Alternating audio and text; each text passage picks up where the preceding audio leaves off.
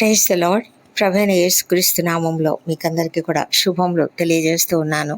మరొక నూతన దినంలో దేవుడు మనల్ని తన నూతనమైన వాత్సల్యంతో చక్కగా నడిపించాలని దేవుణ్ణి ప్రార్థిద్దాం.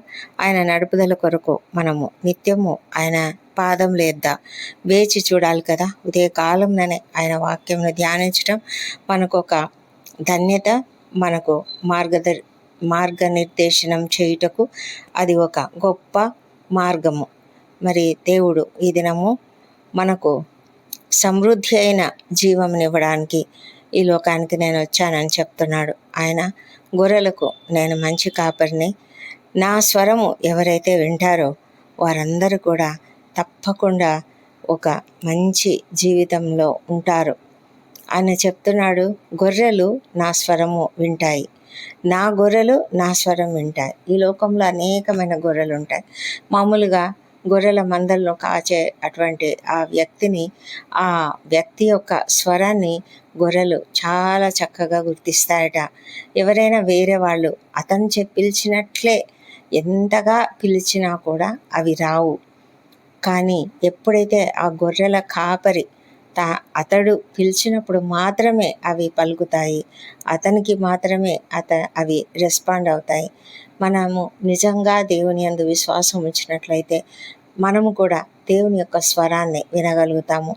అలా వినగలిగే కృప మనకి ఎప్పుడు వస్తుందంటే ఆయనతో మనము నిత్యము సంబంధం కలిగి చక్కటి జీవితం మనం జీవిస్తూ దేవుని యందు ఆనందించేవారుగా, దేవుని వాక్యమును ధ్యానించేవారుగా ఉన్నట్లయితేనే మనము దేవుని యొక్క స్వరాన్ని వినగలుగుతాము. ఆ విధంగా చేయాలంటే మనము తప్పకుండా దేవుని యొక్క వాక్యమును వినాలి, చదవాలి, గ్రహించాలి, ధ్యానించాలి.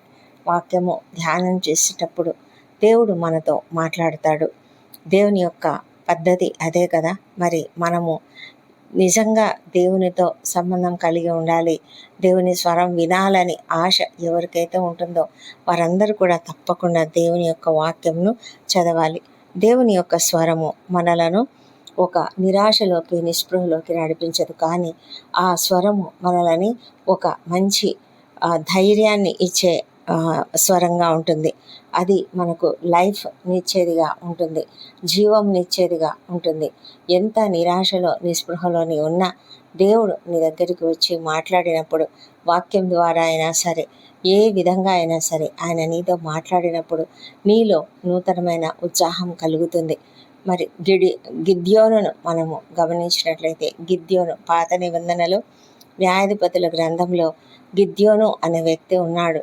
అప్పుడు ఇశ్రాయేలీలు దేవునికి విరోధంగా నడుచుకున్నట ద్వారా వాళ్ళని దేవుడు మిద్యానీయులకు అప్పగించి ఉన్నాడు. అయితే ఆ ఇశ్రాయేలీలు ప్రార్థన చేశారు, మమ్మల్ని రక్షించమని ప్రార్థన చేస్తూ మొరపెట్టుకున్నప్పుడు దేవుడు వాళ్ళను కాపాడడానికి ఒక వ్యక్తిని ఎంచుకున్నాడు. ఆయనే గిద్యోను.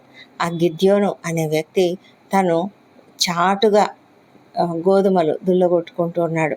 అప్పుడు యెహోవా దూత అతనికి ప్రత్యక్షమై పరాక్రమం గల బలాఢ్యుడా అని పిలిచినప్పుడు మరి గిద్యోను అనుకున్నాడు, నేనెక్కడ పరాక్రమం గలవాడను, నేను ఇంత పిరికివాడను, ఇదిగో నేను చాటుగా గోధుమలు దుల్లగొట్టుకుంటున్నాడు అంటే కూడా దేవుడు అంటున్నాడు, నీవు పరాక్రమం గల బలాఢ్యుడివే, ఎందుకంటే నీ ద్వారానే నేను ఇశ్రాయేలీయులకు విమోచన కలుగజేస్తాను అని చెప్పినప్పుడు అతడు అది నమ్మలేకపోయాడు, నమ్మశక్యం కాకపోయింది. అయితే అతను విన్నాడు. ఆ తర్వాత అతను కొంత కన్ఫర్మేషన్ పొందుకున్న తర్వాత అతడు ఎంతో ధైర్యంగా ఎన్నో పనులు చేశాడు. మరి చివరకు ఆ మిద్యానీయుల దండును కూడా అతడు ఓడగొట్టగలిగాడు. అది కేవలము అతని బలం కాదు, కానీ దేవుని యొక్క బలమే. మరి దేవుని యొక్క బలం మనకి ఎప్పుడు వస్తుంది? మనం ఎప్పుడైతే బలహీనతలలో ఉన్నప్పుడు దేవునికి మొరపెట్టుకుంటామో అప్పుడు దేవుడు మనలను బలంతో నింపుతాడు. అందుకే పౌలు గారితో కూడా ప్రభువు చెప్తున్నటువంటి మాట, నీ బలహీనతలలో నా బలము పరిపూర్ణమవుతుంది, నా కృప నీకు చాలు, అందుకే నువ్వు దిగులు పడకూడదు అన్నట్లుగా దేవుడు చెప్పాడు కదా. మరి ఆయన చెప్తున్నటువంటి మాటలను మనం గ్రహించగలిగితే ఆయన యొక్క స్వరము మనకు ధైర్యాన్ని ఇస్తుంది, ఆయన స్వరము మనకు జీవంను ఇస్తుంది. మనము ఎంత వేదనతో కృంగిపోతున్నటువంటి పరిస్థితిలో ఉన్న, అనారోగ్యంతో కృంగిపోతున్నటువంటి పరిస్థితుల్లో ఉన్న, సొమ్మసిల్లిపోతున్నటువంటి పరిస్థితిలో ఉన్న ఆయన స్వరము మనకు జీవంనిస్తుంది. ప్రభువైన యేసుక్రీస్తు చెప్తున్నటువంటి మాటలు ఏంటంటే, గొర్రెలకు జీవం కలుగుటకును అది సమృద్ధిగా కలుగుటకును నేను వచ్చి తిని అని అక్కడ ఉన్నటువంటి వారితో చెప్పాడంట. నేను ఒకవేళ నిజంగా దేవుడు కాచే గొర్రెలుగా ఉన్నట్లయితే, ఆయన మనకు మంచి కాపరి అయితే, మనము కూడా అలాంటి సమృద్ధి అయిన జీవంను పొందుకోగలుగుతాము. మరి గొర్రెల కాపరి తన గొర్రెల కొరకు ప్రాణం పెడతాడు. నిజమే కదా. ప్రభువైన యేసుక్రీస్తు ఈ లోకానికి వచ్చాడు. మనమంతా ఆయన గొర్రెలము. అయితే మనలను ఆయన రక్షించటానికి ఆయన ఏం చేశాడు? ఆయన తన ప్రాణం పెట్టాడు కదా. మరి మనము రక్షించబడ్డాము అంటే అది ఆయన ఉచితమైన కృపచేతనే. మనకు బదులుగా ఆయన శిక్ష పొందుకున్నాడు. ఆయన మనకు బదులుగా పాపములు, శాపములు అన్నీ మోసి మన కొరకు విమోచనను సిద్ధపరిచాడు. మన కొరకు నిత్య జీవమును సిద్ధపరిచాడు. మనము నిరీక్షణ లేని వారంగా ఉన్నట్లయితే, మనము ఆ యొక్క వాక్యంను ఎప్పుడైతే నమ్ముతామో, ఎప్పుడైతే ప్రభువైన యేసుక్రీస్తునందు విశ్వాసం ఉంచుతామో, అప్పుడే మనము నిత్య జీవమును పొందుకోగలుగుతాము. ఆ నిరీక్షణను మనం పొందుకోగలుగుతాము. నిరీక్షణ లేని ఆ పరిస్థితిలో నుంచి మనము బయటికి రాగలుగుతాము. ఎందుకంటే ఆయన సత్యమై ఉన్నాడు. ఆయన సత్యము మనలను సమస్తమైన రీతిలో మనల్ని పరిపూర్ణులుగా చేస్తుంది. సత్యము మనలను నిలబెడుతుంది. మనము ఎంత స్ట్రగుల్స్లో ఉన్నప్పటికీ, శ్రమలలో ఉన్నప్పటికీ, ఎన్ని కష్టాలలో ఉన్నప్పటికీ కూడా ఆయన మనలను లేపి నిలబెడతాడు. కాబట్టి మనము ఒంటరిగా, అయ్యో నేను ఒంటరిగా ఇవన్నీ కూడా భరించుకుంటున్నాను, ఈ కష్టాలన్నీ నేను భరిస్తున్నాను, నా వల్ల కావడం లేదు, ఈ లోకంలో నేను జీవించడం నాకు చాలా కష్టంగా ఉంది, ఈ సమస్యలు, ఈ కష్టాలు, ఈ కలతలు, ఈ ఇబ్బందులు, ఈ భయంకరమైన ఆర్థిక పరిస్థితులు నాకు చేత కావడం లేదు, నాకొద్దు ఈ జీవితం అనేంత ఒకవేళ అలాంటి నిస్పృహలో ఎవరైనా ఉన్నట్లయితే తప్పకుండా మీరు దేవుని వైపు చూడండి. దేవుడు మిమ్మలను ఆదరించే దేవుడై ఉన్నాడు. ఆయన మిమ్మల్ని లేవనెత్తే దేవుడై ఉన్నాడు. ఎంత భయంకరమైన పరిస్థితినైనా కూడా ఆయన తీర్చి మనలను సరైన మార్గంలోనికి నిలబెడతాడు. మనల్ని ఉన్నతమైన స్థాయికి తీసుకొని రాగలుగుతాడు. మరి ఆయనను విశ్వసించినట్లయితే ఆయన మనతో ఉంటాడు. మనల్ని నిత్యం కూడా కాపాడే దేవుడై ఉన్నాడు. ఎందుకంటే ఆయన మనల్ని ఎంతగానో ప్రేమిస్తున్నాడు. ఆయన ఏమంటున్నాడంటే, నేను నా గొర్రెలను ఎరుగుదును, నా గొర్రెలు నన్ను ఎరుగును, మరియు గొర్రెల కొరకు నా ప్రాణము పెట్టుచున్నాను అని చెప్తున్నాడు. అంటే ఆయన మనల్ని ఎరిగి ఉన్నాడు. అంటే ఆయనకు మనం తెలుసు.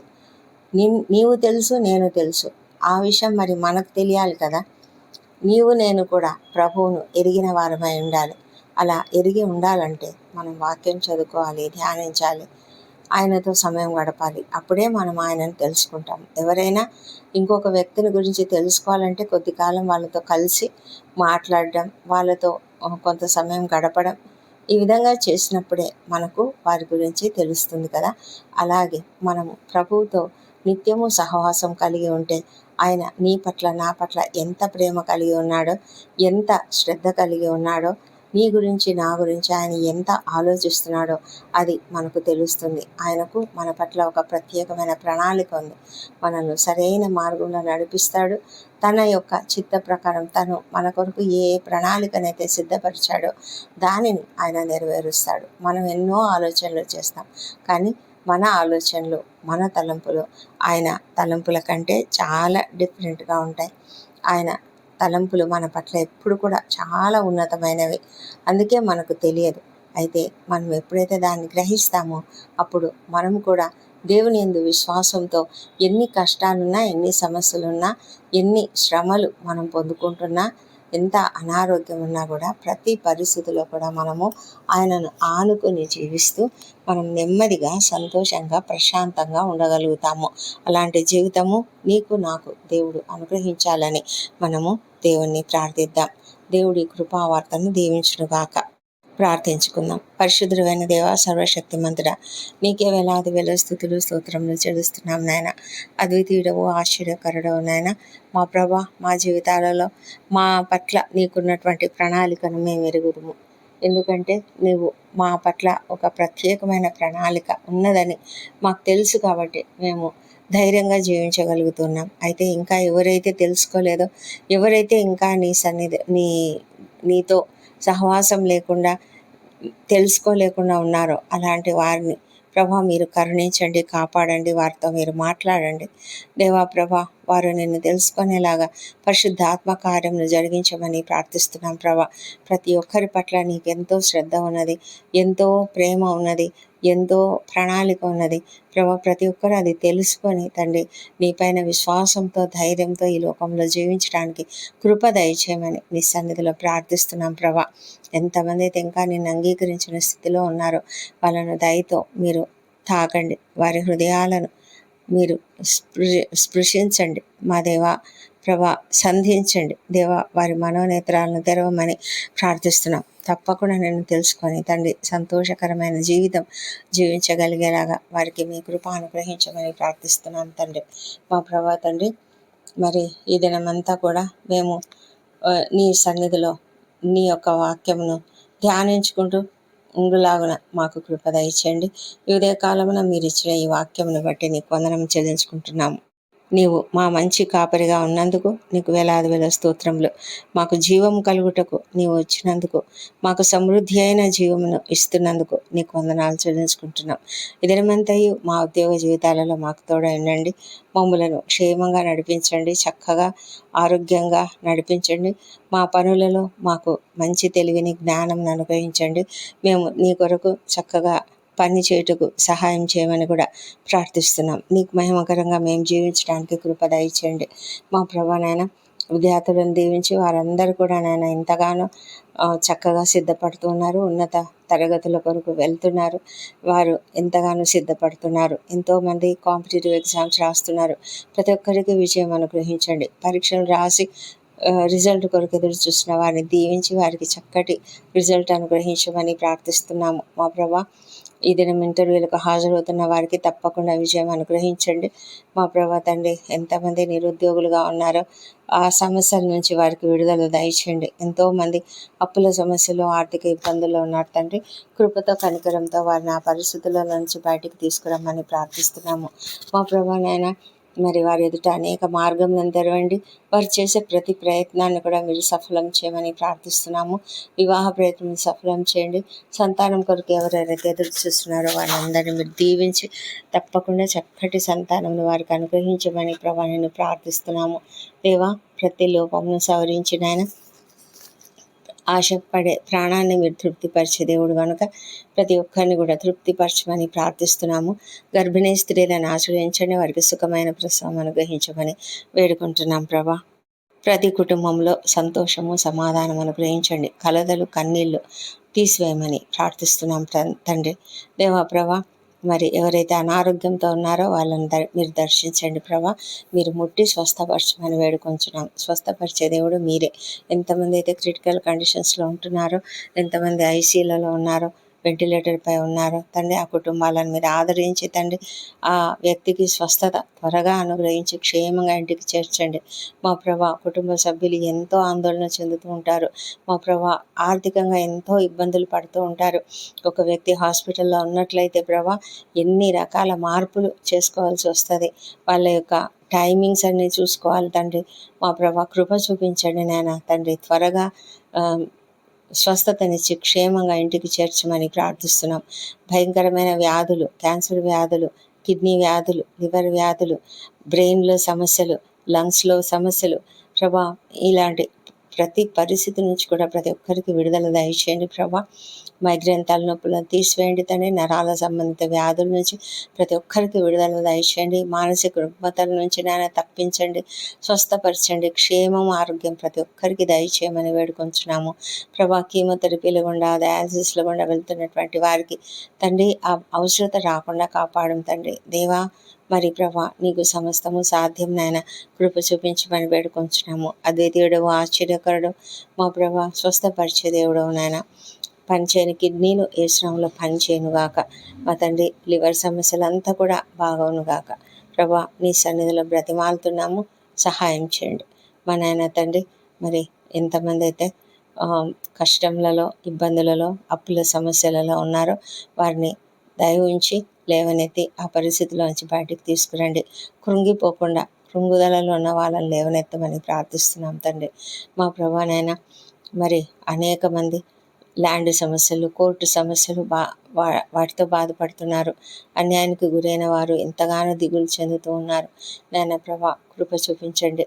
మా నాయన తండ్రి, మీరే న్యాయమూర్తి అయి ఉన్నారు ప్రభా. ప్రతి ఒక్కరి పట్ల కూడా న్యాయం జరిగించమని వేడుకొంచున్నాం తండ్రి. మా ప్రభా ఉద్యోగ స్థలాలలో అన్యాయానికి గురవుతున్న వారు, అణచివేతకు గురవుతున్న వారు, అవమానాలకు గురవుతున్న వారు తండ్రి ఎంతోమంది దుఃఖంతో ఉన్నారు ప్రభా. వారిని మీరు కనికరించి వారికి సహాయం చేయమని ప్రార్థిస్తున్నాం తండ్రి దేవ. నీకే వేలాది వేల స్తుతులు, స్తోత్రములు. మా తండ్రి దేవ, ప్రపంచమంతటా శాంతి సమాధానం అనుగ్రహించండి ప్రభా. ఆ పరిస్థితులన్నీ బాగు చేయమని వేడుకొంచున్నాం మా తండ్రి. మరి మీరు ఇన్వాల్వ్ కమ్మని వేడుకొంచున్నాము. ఇశ్రాయేల్ దేశం దీవించండి, యెరూషలేమును దీవించి వారి నగరులలో క్షేమము, వారి ప్రాకారంలో నెమ్మదిని దయచేయమని ప్రార్థిస్తున్నాము మా ప్రభా. మా దేశంను దీవించండి, మా దేశం పైన నీ పరిశుద్ధాత్మను కుమ్మరించండి. ప్రతి ఒక్కరిని నేను తెలుసుకునేలాగా సహాయం చేయండి. నీ కృప ప్రతి ఒక్కరి పైన కుమ్మరించండి మా తండ్రి. అధికారులు, ఉద్యోగులు, పరిపాలకులు అందరూ కూడా నీతిగా, నిజాయితీగా పనిచేయనట్లుగా సహాయం చేయమని ప్రార్థిస్తున్నాము. సేవకుల పట్ల మరి నీ వాక్యమును ప్రకటిస్తున్న వారి పట్ల ఎంతో భయంకరమైన హింస జరుగుతున్నది నాయన. కృప చూపించండి మా ప్రభా. అనేక చోట్ల భయంకరమైన హింసలు, దాడులు జరుగుతున్నాయి. మణిపూర్లో జరుగుతున్నాయి మా ప్రభా. ఎన్నో పరిస్థితులు మాకు తెలియకుండానే ఉన్నది. అయినప్పటికీ తండ్రి మీరు సమస్తం చూస్తున్న దేవుడు ప్రభా. న్యాయం జరిగించమని వేడుకుంటున్నాం ప్రభా. దేవా తండ్రి నీకు వందనములు, స్తోత్రములు. మా ప్రభా సేవకులందరినీ ఆశీర్వదించండి. వారు చేస్తున్న పనులను, పరిచర్యను మీరు ఆశీర్వదించమని వేడుకొంచున్నాం తండ్రి. మా తండ్రి దేవ, ఇంకా ఈ ప్రార్థనలలో ఏకీభవిస్తున్న ప్రతి ఒక్కరిని దీవించి, ఎవరు ఏ కష్టంలో ఉన్నా, ఏ సమస్యల్లో ఉన్నా, శ్రమలలో ఉన్నా ప్రతి పరిస్థితిని కూడా మీరు బాగు చేసి ప్రతి ఒక్కరిని లేవనెత్తి సహాయం చేయమని వేడుకొంచున్నాము. పరిశుద్ధుడైన దేవ, ఈ దినం బర్త్డేలు, వివాహ దినములు జరుపుకుంటున్న బిడ్డలను దీవించండి. గడిచిన సంవత్సరం అంతయు మీరు వారికి చేసిన ప్రతి మేలును బట్టి నీకు వందనములు. రాబోయే సంవత్సరంలో ఇంకనూ అధికమైన మేలులను వారికి అనుగ్రహించమని ప్రార్థిస్తున్నాము. వారిపై నీ ముఖ కాంతిని ప్రకాశింపజేసి సంతోషము, సమాధానము అనుగ్రహించమని వేడుకొంచున్నాము తండ్రి. మా ప్రార్థనలన్నీ మీరు అంగీకరించి జవాబులు ఇచ్చినందుకు నీకు వందనములు. ఈ ప్రార్థనలన్నీ మా ప్రభువును, మా ప్రియ రక్షకుడునైన యేసుక్రీస్తు నామంలో అడిగి పొంది ఉన్నామని నమ్ముతూ నీకు స్తోత్రం చెల్లిస్తున్నాం తండ్రి. Amen, amen.